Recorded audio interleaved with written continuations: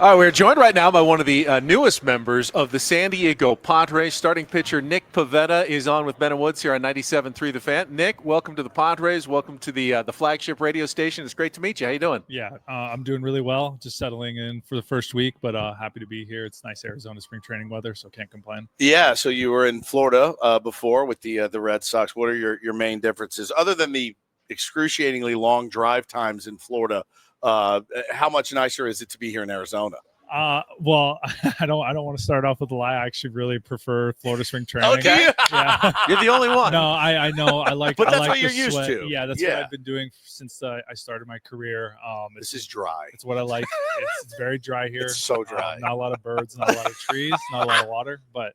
I grew up on an island on the west coast of Canada, so I'm just used to ocean, so I just prefer it. I got it. Well, San Diego's gonna be great for It's you. gonna be perfect. It's 100%. So what do you know about the San Diego Padres? I mean, you playing for the Boston Red Sox, other side of the country, rarely in interleague play. Yeah, you'll meet them every once in a while. But what did you know about the San Diego Padres before signing with them in free agency a couple of weeks ago? Yeah, I mean, not a whole lot. I did spend some time there intermediately with the Phillies when we would come into town, and then I was able to come out, I think, 2 years ago with the Red Sox. So I haven't been able to spend a lot of time there. I did spend an off season in LA, so I'm a little more familiar with that. But I know the city's a vibrant city. The fan base is very much grown over the years, and they're a very passionate group, along with the passionate group of baseball players we have here and the guys.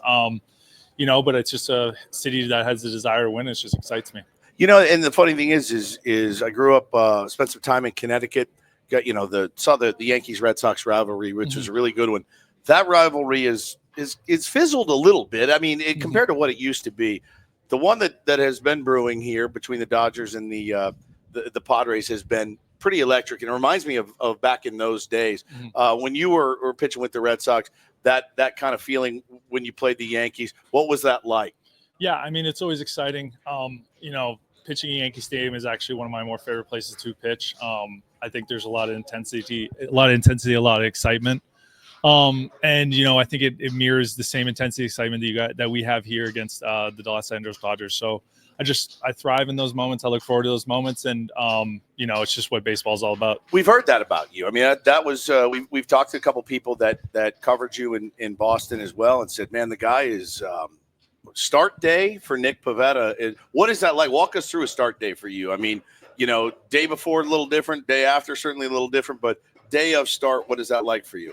Yeah, I mean, for me, I think the wheels don't really start turning until about 5:30. I'm pretty relaxed. I like to go out, shag BP, hang out with the guys. I don't like to sit around and not talk, but given the time around 5:36, I start to lock in a little bit more. I have my prep routine that I follow, and then it's just go out there and just pitch until I get the ball taken out of my hand. I think it's just – I'm very grateful for the opportunity to be able to be in the big leagues, to be able to play for many teams as I have, and to be where I am today. So I think I just try to leave everything out there as I possibly can, and just have fun and go out there and attack. All right, that's good to know because I've been covering baseball for 20 plus years, and when I was getting started, I was warned sometimes don't even look at the starting pitcher on the day that there was no eye contact whatsoever. Sounds like you're not quite that insane about it. Yeah, I mean, I think it probably is like the wind, some days, it might hit me a little bit different. I might wake up in a different mood, but for the most part, I'm pretty easygoing up until like I got to get locked in. But other days, there might be days where you don't want to be around me, and that's totally okay. I just have one job to do. So we heard that they were doing it. They did it. You were a part of it. The Netflix documentary that's going to be coming out on Netflix. I'm not sure when it drops. I'm excited to see it. It's something that, like, I'm a very average golfer, but I really like the full swing that they put together. They've done a good job with the NFL too. What was that like being a part of that experience? And what are we going to expect to see from that? I mean, you probably haven't seen the final cut yet.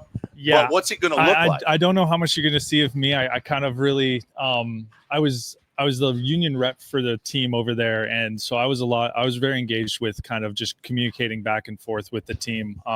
First thing I say is, like, it's going to be very exciting. Hopefully the product is really good. Yeah. I know Greg, the director, he was very passionate about this. The team that was there were really good, and they're really respectful of us at the same time. There's a lot of engagement with a lot of players, and hopefully just it gives a good perspective of what it's like to go through 162. I think that was kind of the end goal and range of like what it's really like to have to do this every single day, show up to the field, the same things going on, and then along with the travel, etc. You also get to meet a lot of really good personalities on and off the field, what I think is going to be really important. So hopefully the product is good, and I look forward to it coming out as well. I think it's good for the game. You know, there's so much online media, YouTube, all of these more intimate settings. Yeah. And I think it just brings a more intimate setting into the game, and you get to really know these players on their year and the things that they have to deal with as they move forward. It kind of, you know, one thing that I really liked was the back in the 24/7 NHL series. Mm-hmm. I forget. I think it was on HBO at the time, and then seeing the full swing. So I think those things are more in the line with our game, and I think it's up to us players to kind of be able to come up in those moments and do those things. And baseball has been a sport traditionally that it has kind of been harder to get inside, you know, and I don't know where that came from or why, but I do we all love access. I mean, the more access we can get, there's also a part of it's like some mystery is always good too. You know, maybe I don't need to know as much as I know about certain players or whatever, but if done the right way, baseball is such that game that allows that. That's why you saw, you know, Mookie Betts doing a podcast, and I mean, they went out and won the World Series, and of course, you had Dodger fans complaining all year long that he was doing a podcast in the middle of the season, but that's Mookie Betts. Like, I think that there's a way to do it and a way not to, and I'm excited to see it, man. I think it's a good idea, and it lets us all understand a little bit more about the great game. Yeah, I think there's so much media nowadays too that it's not a distraction. It can't be a distraction because honestly, fans want to see more baseball. They want to see more content. They want to see more things that involve more than just the baseball game. Yeah. And so for me, I don't think it's almost like it's a new experience. That's not gonna, if anything, a guy doing those types of things, it's almost like, oh wow, he's doing this, he's giving more fan experience, right, more online media, and he's going out and producing in the field and doing all these things. That's amazing. There's a stoicism that's come with baseball. There really has been. I mean, and you see that through the years. And I've always I like more personality, and I like seeing pitchers with personality on the mound. Hitters like to show a lot of personality. When you throw a ball and you leave one up and somebody hits it 450 feet and he stares at it and celebrates it, back in the day, that probably pissed you off, right? And that's kind of how a lot of people were brought up through the game. Now I think there's a greater understanding. Is like, well, if you get me, I'm going to get you back, and I'm going to give you a little bit of an earful walking off the mound too. Everything, all that's good with you. Yeah, I mean, I think the game's evolving. I mean, do I like giving up home runs No. and watching guys pin for them? Absolutely No. not. Does it still get me upset? No, but being a pitcher that has hitting is extremely hard. It is not easy to do, and you know, sometimes, you know, a hitter's going to get you and it's going to happen, and it can be during a big moment. You know, I like to see it more when it's a bigger moment, when it means something. Yes, I agree. Obviously, there's lots of personalities in game, and people can be people and they can do what they want, but I'll just try not to give up so many home runs. There you go. That's what they always say. We're talking to new Padres pitcher Nick Pivetta. And Nick, you mentioned being the player rep, which I think is fascinating.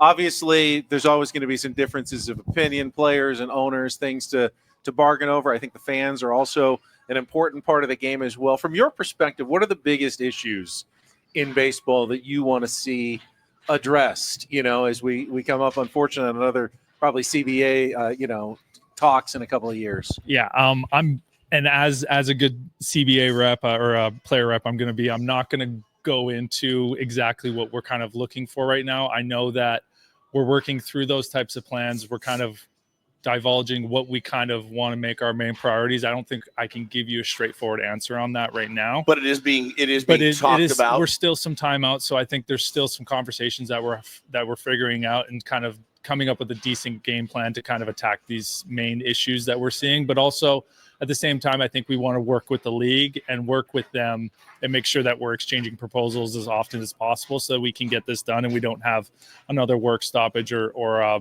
anything like that, like happened in 21. Well, selfishly, the lack of content murdered us. And I keep looking down the road going, my contract is up. I don't know if I'll re-sign if there's another work stoppage because, I mean, yeah, you run out of stuff to talk about. So you grew up in Canada, right? No hockey? Play hockey? No, I'm not a. I like hockey, obviously, but I like to watch hockey. I never played. I've always played baseball, and baseball's been my number one thing since I was younger. How does that happen in Canada? So I grew up in an island, so the climate's rather mild. We don't get as much snow, so I can play full winter ball, take about a month off, work out, indoor training from December to February, and usually by February we're back outside. Nice. Nice. All right, last thing for me, you come to the Padres. Obviously, there's some good starting pitchers here already, guys who throw hard. You got you, who's a crafty veteran. What has struck you already about some of your new teammates in the Padres starting rotation? Yeah, I think it's a really cohesive group. I think the communication with everybody is really strong. Obviously, I'm just getting to know the group of guys and watching them throw. I got to watch you throw a bullpen today, and I think he just continues to defy everything that is to be a pitcher. He looked absolutely extraordinary today. So I kind of just look forward to watching these guys, see how they go about their business, and then opening and engaging more conversations as the season kind of unfolds. But you got Dylan and you got Michael. You have Hart that signed on as well. And then I actually watched Vasquez throw today too as well. I think there's a really good group of pitchers. I think Cease and King, are very, very good pitchers that have done it and have continued to do it. So those guys are really important for this thing. So I'm glad that, I'm a part of this group, and I'm just happy to be here. Yeah, we're glad you're here, man. It was a big surprise. I mean, it really was. We talked about it on the air, and we kind of hoped that it would happen. And just getting that text on that Tuesday night was like, wait, we did what? And to go out and watch you throw yesterday and battle one of the best hitters in baseball was a lot of fun. You and Toddy going at it pretty good, and you got him and he got you, and that's the way baseball goes. Trevor Hoffman did say that homer was definitely wind 80. He did, by the way. Hoffy was He's picking me up. He's on the pitcher side. That's wind 80. That's nice. He goes, that was wind 80. That's nice that he's on my side. I appreciate that. 100%. Yeah. Anytime you can get Hoffy on your side, that's where you want to be. Thank you so much. Thank you, pleasure to meet you. Look forward to watching you pitch. Yeah, appreciate you guys having me on. Take care, okay?